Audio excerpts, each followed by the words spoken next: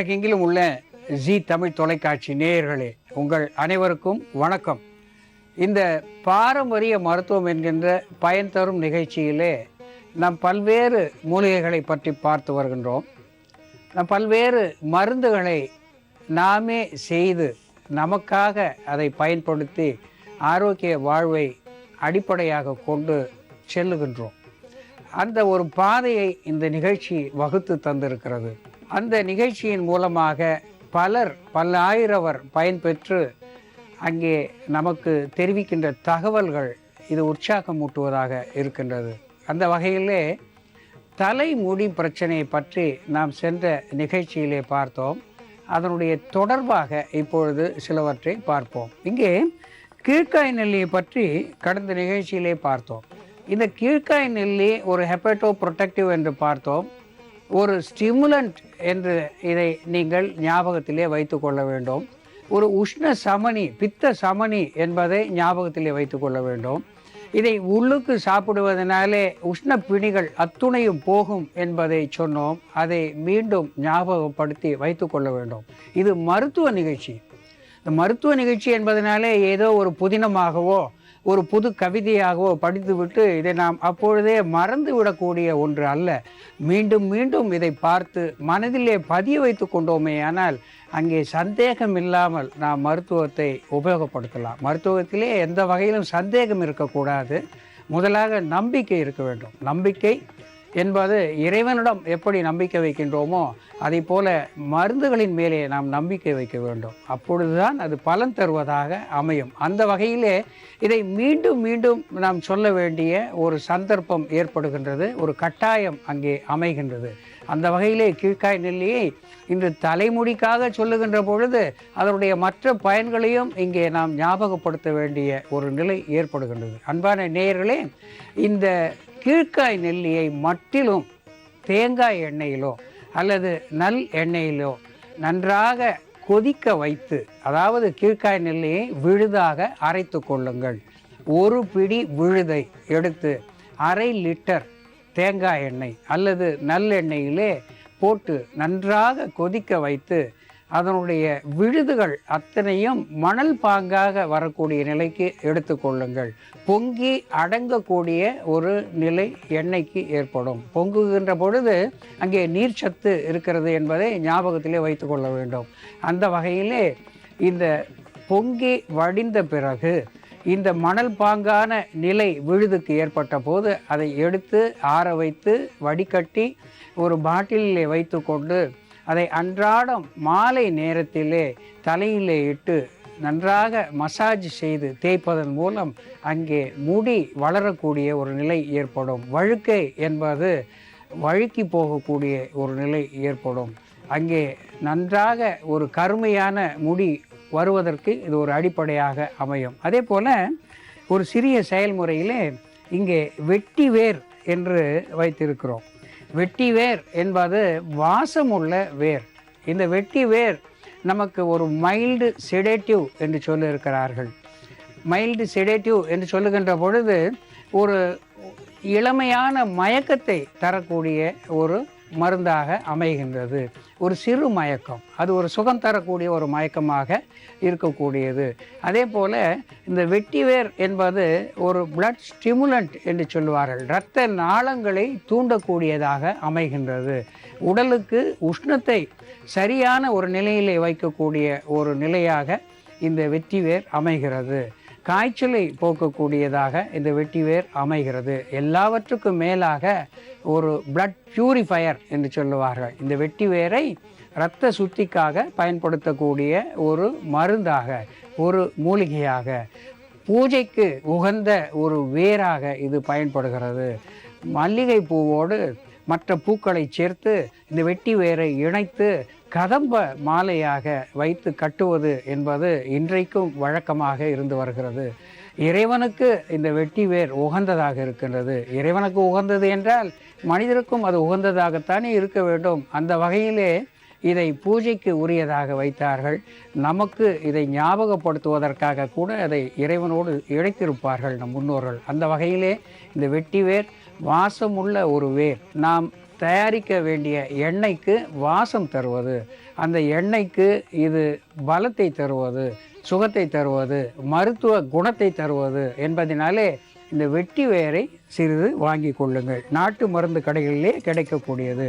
அதனோடு கூட வெந்தயம் என்கின்ற ஒன்றை வாங்கி கொள்ளுங்கள். வெந்தயம் என்பது நம் அடுக்கலையிலே இருக்கக்கூடிய ஒன்று.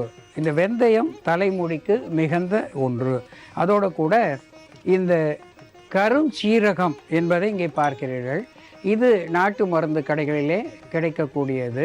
இந்த கருஞ்சீரகம் ஒரு பூச்சிக்கொல்லியாக, ஒரு ஆன்டி ஃபங்கல், ஆன்டி மைக்ரோபியல் என்று ஆங்கிலத்திலே சொல்வார்கள்.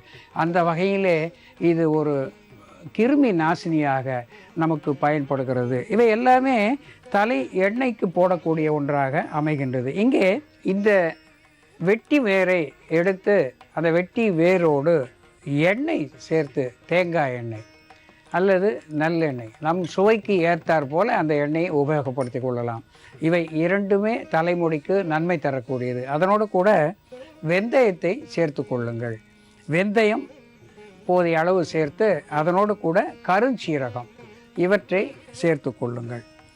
இந்த வெட்டி வேர், தேங்காய் எண்ணெய், கருஞ்சீரகம், வெந்தயம் இந்த நான்கையும் சேர்த்து அதை நன்றாக ஒன்றோடு ஒன்று உறவாடும்படி வைத்து ஒரு பாட்டிலே ஊற்றி அல்லது ஒரு கண்ணாடி பாத்திரத்திலே ஊற்றி 3 அல்லது 4 நாட்கள் அதை வெயிலிலே வைத்தோமேயானால் அந்த உஷ்ணத்தினாலே இந்த எண்ணெய் பக்குவப்பட்டு பூஞ்ச காளான்கள் வராத வகையிலே, ஆன்டி ஃபங்கல் என்று சொல்லுவார்கள், நம்மளுடைய சூரிய கதிர்களாலே இதனுடைய கிருமிகள் அத்துணையும் அங்கே போகக்கூடிய ஒரு நிலை உண்டு. அந்த வகையிலே இந்த வெட்டிவேர், தேங்காய் எண்ணெய், அதனோடு கூட சிறிது வெந்தயம், கரும் சீரகம் இவை அத்துணையும் சேர்த்து இதை வெயிலிலே நன்றாக கொதிக்க வைத்து எடுத்துக்கொண்டோமேயானால் இது நமக்கு நல்ல தலைமுடியை தரக்கூடிய ஒரு முடி தைலமாக நமக்கு விளங்கும் என்பதிலே எந்த விதமான ஐயமும் இல்லை. இதை அன்றாடம் 2 பாலரும், ஆண் பாலரும் சரி பெண் பாலரும் சரி, தலைமுடி கொட்டுகிறது என்கின்ற நிலையிலே இதை உபயோகப்படுத்தலாம். தலைமுடி கொட்டுகிறது என்று சொல்லுகின்ற பொழுது முதலிலே கவலையை அவர்கள் விட வேண்டும். கவலை என்பது முடி கொட்டுவதற்கு அடிப்படை காரணமாக அமையும். ஆகையினாலே முடி கொட்டினால் கவலைப்பட வேண்டிய அவசியம் இல்லை. முடிக்கு ஒவ்வொரு நிலையிலும் 2 ஆண்டுகள் தான் அதற்கு ஆயுளை சொல்லியிருக்கிறார்கள். ஆகையினாலே அந்த 2 ஆண்டுகள் முடிந்த முடி கொட்டித்தான் மீண்டும் புதிதாக முளைக்க வேண்டிய ஒரு சந்தர்ப்பத்தை இறைவன் நமக்கு படைத்திருக்கிறான். அந்த வகையிலே முடி கொட்டினால் கவலைப்படாதீர்கள். இந்த எண்ணெயை ஞாபகத்திலே வைத்து கொள்ளுங்கள். தேங்காய் எண்ணெய், வெந்தயம், அதோட கூட இந்த வெட்டிவேர், கரும் சீரகம் இவை 4ஐயும் சேர்த்து உபயோகப்படுத்துகின்ற பொழுது அங்கே தலைமுடி நன்றாக வளரக்கூடிய ஒரு நிலையை நம் முன்னோர்கள் சொல்லியிருக்கிறார்கள். அன்பான நேயர்களே, இது போன்ற வேறு ஒரு மருந்தோடு நாம் அடுத்த நிகழ்ச்சியிலே சந்திப்போம். இப்பொழுது உங்களை அடுத்த பகுதிக்கு அழைத்து செல்கின்றேன். அன்பான நேயர்களே, நாம் சென்ற பகுதியிலே தலைமுடி வளர்வதற்கான ஒரு எண்ணெயை பற்றி பார்த்தோம். இப்பொழுது அதை தொடர்ந்து இன்னொரு மருந்து, இது நம் வீட்டிலே இருக்கக்கூடிய பொருள்களை கொண்டு, நம் பக்கத்திலே கிடைக்கக்கூடிய பொருள்களை கொண்டு செய்து கொள்ளக்கூடிய ஒரு ஹேர் டானிக். இன்றைக்கு தலைமுடி தைலம் என்று எத்தனையோ பெயர்களிலே விற்கக்கூடிய மருந்துகளை நாம் தேடி செல்லுகின்றோம். எவ்வளவோ ஆயிரக்கணக்கான ரூபாய்களை அதற்காக செலவு செய்கின்றோம். ஒரு 100 ml எண்ணெயை வைத்துக்கொண்டு 3000 4000 என்று சொல்லி விற்கின்ற நிலையை நாம் இன்று பார்க்கின்றோம். இவை எல்லாவற்றுக்கும் காரணம் இந்த சமுதாய பிரச்சனைக்கு காரணமாக இருக்கக்கூடிய தலைமுடி பிரச்சனை. இது ஒரு சமூக பிரச்சனை என்பதனாலே இந்த பிரச்சனையிலே இருந்து நாம் விடிவு எந்த வகையிலேனும் எடுத்துக்கொள்ள வேண்டும் என்ற நிலையிலே இப்படி செலவு செய்யக்கூடிய ஒரு கட்டாயம் அங்கே ஏற்படுகின்றது. அப்படி அஞ்ச வேண்டிய அவசியமில்லை. இந்த நிகழ்ச்சியை பார்த்து கொண்டிருக்கும் நேயர்கள் ஒரு மருந்து இல்லை என்றால் இன்னொரு மருந்து இன்னொரு நாளைக்கு அவர்களுக்கு இங்கே கிடைக்கும் என்ற நம்பிக்கையோடு இதை தொடர்ந்து பார்த்து வாருங்கள். அதை மற்றவர்களுக்கும் பகிர்ந்து கொள்ளுங்கள். நீங்கள் பெற்ற பயனை மற்றவர்களுக்கும் பகிர்ந்து கொள்ளுங்கள். அந்த வகையிலே இன்று ஆலம் விழுது என்று பார்க்கின்றோம். பொதுவாக இந்த ஆல மரத்தை ஈசனுக்கு உகந்த மரமாக சொல்லியிருக்கின்றார்கள். தட்சிணாமூர்த்திக்கு உகந்த மரமாக சொல்லியிருக்கிறார்கள். ஆலமர் செல்வன் என்று சொல்லுவார்கள் தட்சிணாமூர்த்தியை, அதாவது குரு பகவான் என்று சொல்லுவார்கள். இது தேவ குருவாக நமக்கு வழிபாட்டு தெய்வமாக விளங்குபவர் தட்சிணாமூர்த்தி. அவர் அமர்ந்திருக்கின்ற மரம் என்று இந்த ஆல மரத்தை அங்கே சொல்லியிருக்கின்றார்கள். அப்படி இறைவனோடு இணைக்கப்பட்ட மரம் இது. சமுதாயத்தோடு இணைக்கப்பட்ட மரம் இது. சமுதாயத்தோடு என்று சொல்லுகின்ற பொழுது, ஒன்று வாழ்த்து என்று வருகின்ற பொழுது ஆள்போல் அங்கே விழுது விட்டு பரவி, அருகுபோல் வேர் விட்டு படர்ந்து, வாழைபோல் கன்றுகள் சூழ வாழ்ந்திடுவீர் வையத்தில் நீவீர் என்று வாழ்த்துவார்கள். இந்த ஆள்போல் விழுது விட்டு பரவி படர்ந்து அங்கே என்று சொல்லுகின்ற பொழுது இந்த ஆளுக்கு சமுதாயத்திலே மரியாதையை கொடுத்திருக்கிறார்கள், இறைவனோடு இணைத்திருக்கிறார்கள். அந்த வகையிலே இது ஒரு மருந்தாகவும் நமக்கு சொல்லியிருக்கின்றார்கள். இந்த ஆலம் விழுது என்பது எப்படி ஒரு தன்னை விழுதாக்கி வேரிலே ஊன்றி தன்னை வளர்த்து கொள்ளுகிறதோ, அதுபோல இது தலைமுடியையும் வளர்க்கக்கூடியதாக நம் இனம் கண்டு நமக்கு சொல்லியிருக்கிறார்கள். இது ஆலம் விழுது போல முடியை தரும் என்ற நம்பிக்கையிலே அந்த எண்ணெயை அங்கே எண்ணெயிலே அதை சேர்த்து பயன்படுத்தி வந்திருக்கிறார்கள். அது பலனும் தந்து இருக்கின்றது என்பதை நாம் இந்த நிகழ்ச்சியின் மூலம் உறுதி செய்து கொள்வோம். இந்த ஆலம் விழுதை நன்றாக நசுக்கி எடுத்துக்கொள்ளுங்கள். ஈரமாக இருக்கின்ற பொழுது அதனுடைய விழுதை நசுக்கி எடுத்துக்கொள்ளுங்கள். அதனோடு கூட எலுமிச்சை சாறு இங்கே சேர்த்து கொள்ளுங்கள். இந்த எலுமிச்சை சாறு, ஆலம் விழுதோடு கூட எலுமிச்சை சாறு மற்றும் தேங்காய் எண்ணெய், இந்த மூன்றையும் சேர்த்து ஒரு தலைக்கு தேய்க்கின்ற ஒரு எண்ணெயை நீங்கள் தயார் செய்து கொள்ளலாம். இதற்காக ஆயிரக்கணக்கான செலவுகள் செய்ய வேண்டிய அவசியம் இல்லை. பொதுவாக வானலியை வைத்து போதிய எண்ணெயை அதிலே வார்த்து கொள்ளுங்கள். அதனோடு கூட இங்கே எலுமிச்சை சாறு சேர்த்து கொள்ளுங்கள். எண்ணெயோடு எலுமிச்சை சாறு சேர்த்து அதனோடு கூட மூன்றாவதாக ஆலம் விழுதை துண்டுகளாகவோ அல்லது பசையாகவோ நசுக்கி அதிலே சேர்த்து கொள்ளுங்கள். இந்த மூன்றும் சேர்ந்த ஒரு மருந்து, ஒரு எண்ணெய், ஒரு ஹேர் டானிக் என்று சொல்லுவார்கள், முடி தைலமாக முடிக்கு பலம் தருவதாக இது அமைகின்றது. இங்கே எலுமிச்சை என்பது நமக்கு குளிர்ச்சி தரக்கூடியது. அதனோடு கூட விட்டமின் சி நிறைந்தது. அதனோடு கூட அதிலே விட்டமின்கள் மட்டுமல்லாமல் மினரல்ஸ், அமினோ ஆசிட்ஸ் என்று சொல்லக்கூடிய அத்துணையும் அதிலே அமைந்திருக்கின்றது. ஒரு ஆன்டி ஃபங்கல் என்று சொல்லக்கூடிய பூஞ்ச காளான்களை தடுக்கக்கூடிய ஒரு மருந்தாக அந்த எலுமிச்சை பயன் தருகிறது. அதனோடு கூட ஆன்டிசெப்டிக் என்று சொல்லுவார்கள், கிருமிகளை ஓட்டக்கூடிய ஒரு மருந்தாக அங்கே நமக்கு அமைகின்றது. அத்துணை பலன்களை கொண்ட எலுமிச்சை சாற்றையும் தேங்காய் எண்ணெய் அல்லது நல்லெண்ணெய் ஏதேனும் ஒன்றை சேர்த்து அதனோடு கூட ஆலம் விழுதை அதோடு சேர்த்து நன்றாக அதை ஒன்றோடு ஒன்று உறவாகும்படி காய்ச்சி கொள்ளுங்கள். அந்த ஆலம் விழுது நாம் ஏற்கனவே சொன்னது போல எண்ணெய் என்று வருகின்ற பொழுது அதிலே சேர்க்கின்ற பொருள்கள், விழுதுகள் எதுவாக இருந்தாலும் முடிவிலே மணல் பாங்கான நிலைக்கு வர வேண்டும்.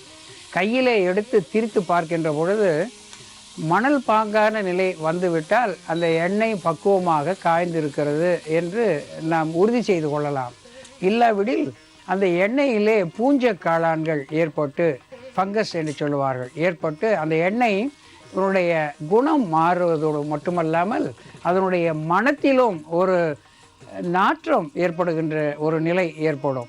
எண்ணெயோடு எலுமிச்சை சாறு, ஆலம் விழுது, இந்த மூன்றையும் மனதிலே பதிய வைத்து கொள்ளுங்கள். இந்த மூன்றும் நமக்கு எளிமையாக கிடைக்கக்கூடியது. சாதாரணமாக யார் வேண்டுமானாலும் இந்த எண்ணெயை தயார் செய்து கொள்ளலாம். அந்த வகையிலே இதை செய்து ஒரு கண்ணாடி பாத்திரத்திலே ஊற்றி வைத்து கொண்டு அவ்வப்பொழுது அதை தலைக்கு தடவுகின்ற பொழுது, தலைக்கு தடவுவது என்பது நன்றாக மசாஜ் செய்தல் என்பது பொருள்படும். 10 விரல்களாலே நாம் தலையிலே நன்றாக வைத்து தேய்த்து பின்னால் தட்ட வேண்டும். அதை தலையை தட்டுவதன் மூலம் இரத்த நாளங்களுக்கு ஒரு தூண்டுதலை ஏற்படுகின்ற ஒரு நிலை உண்டாகும். அந்த நிலையிலே இந்த எண்ணெய் என்பது ஈர்ப்பு சக்தியாக பயன்படக்கூடிய ஒரு நிலை அங்கே உண்டாகும். அப்பொழுது தலைக்கு உள்ளாக வேர்களுக்கு இந்த எண்ணெயினுடைய சத்துவம் பரவி தலைமுடியை வளர்க்கக்கூடிய ஒரு மருந்தாக இது பயன்படும். தலைமுடியை கருமையாக்கக்கூடிய ஒரு மருந்தாக பயன்படும். தலைமுடியை அடர்த்தியாக செய்யக்கூடிய ஒரு மருந்தாக இது பயன்படும். அன்பான நேயர்களே, ஆண் பெண் என்று இரு பாலருக்கும் இந்த ஆலம் விழுது, எலுமிச்சை சாறு, தேங்காய் எண்ணெய், இந்த 3ம் சேர்ந்த எண்ணெய் ஒரு அருமருந்தாக இருக்கும் என்பதிலே எந்த விதமான ஐயமும் இல்லை. நேயர்களே, இது போன்ற வேறு ஒரு மருந்தோடு நாம் அடுத்த நிகழ்ச்சியிலே சந்திப்போம். இப்பொழுது உங்களை அடுத்த பகுதிக்கு அழைத்து செல்கின்றேன். அன்பான நேயர்களே, இன்றைய மருத்துவ சோதிடம் பகுதியிலே கேள்வி பதிலுக்காக பல கடிதங்கள் வந்திருந்த போதும் இங்கே ஒரு கடிதம், ஒரு சகோதரி, அவர் வாழ்க்கையினுடைய எல்லையிலே இருந்து எழுதுவது போன்ற ஒரு உணர்வோடு அவர் எழுதியிருக்கின்றார். அவர் உதகை ஊட்டியிலே இருந்து செல்வி சாந்தி ராபர்ட்ஸ் என்பவர். அவர் திருமணம் செய்து கொள்ளவில்லை. அவருக்கு 56 வயது என்று குறிப்பிட்டிருக்கிறார். இந்த வயதிலே பல நோய்களுக்கு தான் ஆளாகி இருப்பதாக இதிலே எழுதியிருக்கிறார். அதிலே இவர் ஒரு ரிக்கெட்ஸ் நோயாளி என்று எழுதியிருக்கிறார். 2.5 வயதிலே இந்த வியாதி கண்டறியப்பட்டது என்று எழுதியிருக்கிறார். ரிக்கெட்ஸ் என்பது நம்முடைய இந்திய மண்ணிலே வறுமை கோட்டுக்கு கீழே இருப்பவர்களுக்கு பெரும்பாலும் வரக்கூடியது. இது ஒரு நோய் அல்ல, இது ஒரு சத்து குறைபாடு. இதை நாம் ஆரம்பத்திலேயே கண்டறிந்தோம் என்றால் அதை சரி செய்திருக்கலாம். அதோடு கூட நமக்கு முன்னோர்கள் சொல்லியிருக்கிறார்கள், இந்த நோய் உடலுக்கு வந்த நோயா அல்லது உயிருக்கு வந்த நோயா என்று நாம் அந்த கால கணிப்பை, அவருடைய ஜாதகத்தை பார்த்து அதற்கான பரிகாரங்களை செய்திருந்தால் நிச்சயமாக இந்த நோயிலே இருந்து அவருக்கு விடிவு வந்திருக்கும். அப்படி அவருக்கு அந்த வாய்ப்பு கிடைக்கவில்லை. அதோடு கூட இன்று வரை படாத பாடுபட்டு வருகின்றேன். கால்சியம் குறைபாட்டால் எலும்பில் வளர்ச்சி இல்லை. 2 கால்களும் வளைந்து இருப்பதால் அதை சரி செய்ய தொடர் அறுவை சிகிச்சைகள் செய்தார்கள். ஒவ்வொரு அறுவை சிகிச்சை செய்த பின்னாலே குறைந்தது 1 வருட காலமாவது நான் படுக்கையிலே இருக்க வேண்டிய அவசியம் இருந்தது என்று எழுதியிருக்கிறார். ஒரு அறுவை சிகிச்சை செய்து கொண்டு அதற்கு தண்டனையாக 1 வருடம் படுக்கையிலே இருக்க வேண்டிய ஒரு கட்டாயம் அவருக்கு ஏற்பட்டிருக்கிறது. வாரம் ஒரு முறை D3 இன்ஜெக்ஷன் என்று போடுகிறேன். தினமும் ஒரு கால்சியம் மாத்திரைகளை உட்கொள்ளுகிறேன் எழுதியிருக்கிறார். சென்ற பிப்ரவரி மாதம் திடீரென கடும் வயிற்று வலி. ஸ்கேன் செய்து பார்த்ததில் கட்டி என தெரிந்தது. அறுவை சிகிச்சை நடந்தது. சோதனை மேல் சோதனை, பட்ட காலிலே படும் கெட்ட குடிய கெடும் என்பது ஒரு பழமொழி. அதை போல இந்த சகோதரிக்கு நோய்க்கு மேலே நோயாக இந்த கட்டி வந்திருக்கிறது. 3.25 கிலோ எடையுள்ள கட்டியை வயிற்றிலே இருந்து அகற்றினார்கள். எத்தனை முறை அறுவை சிகிச்சை செய்வது, எத்தனை முறை மனிதன் இவரை சரி பார்ப்பது, பழுது பார்ப்பது. மனிதன் பழுது பார்ப்பதற்கு என்ன அதிகாரம் இருக்கிறது? இது இறைவன் படைத்த இயந்திரம். மனிதனுக்கு இதற்கு பழுது பார்க்க அதிகாரம் இல்லை. இறைவனிடம்தான் இதை ஒப்படைக்க வேண்டும். இறைவனால் மட்டுமே இது சரி செய்யப்படும் என்பதை நாம் மனதிலே பதிய வைத்து கொள்ள வேண்டும். ஒரு சிறு பிரச்சனை என்று வந்தால் கூட முதலிலே நம்மை படைத்தவன். இது வாடகை வீடு. ஒரு வீட்டிலே நாம் குடியிருக்கின்ற பொழுது அந்த வீட்டுக்கு உரிமையாளரிடம் சொல்லாமல் ஒரு ஆணி கூட நம்மால் அடிக்க முடியாது. அப்படி இருக்கின்ற பொழுது இந்த வீடு நமக்கு சொந்தம் இல்லை. படைத்தவன் எவனோ ஒருவன். அவனிடம் அல்லவா நாம் அனுமதி பெற வேண்டும், பெர்மிஷன் என்று சொல்லுவார்கள். நம் உடலிலே கத்தி வைப்பதற்கு இறைவனிடம் அனுமதி பெற வேண்டும். அப்பொழுதுதான் எந்த ஒரு அறுவை சிகிச்சையும் அங்கே ஒழுங்காக நடந்து முடியும். அல்லது இறைவன் அறுவை சிகிச்சை இல்லாமலே கூட இந்த நோயை குணப்படுத்துவான். அதனாலே தான் இறைவனிடம் கையேந்துங்கள், அவன் இல்லை என்று சொல்லுவதில்லை என்ற பழைய நாகூர் அனிபா அவர்கள் பெரியவர்கள் பாடியிருந்தார்கள்.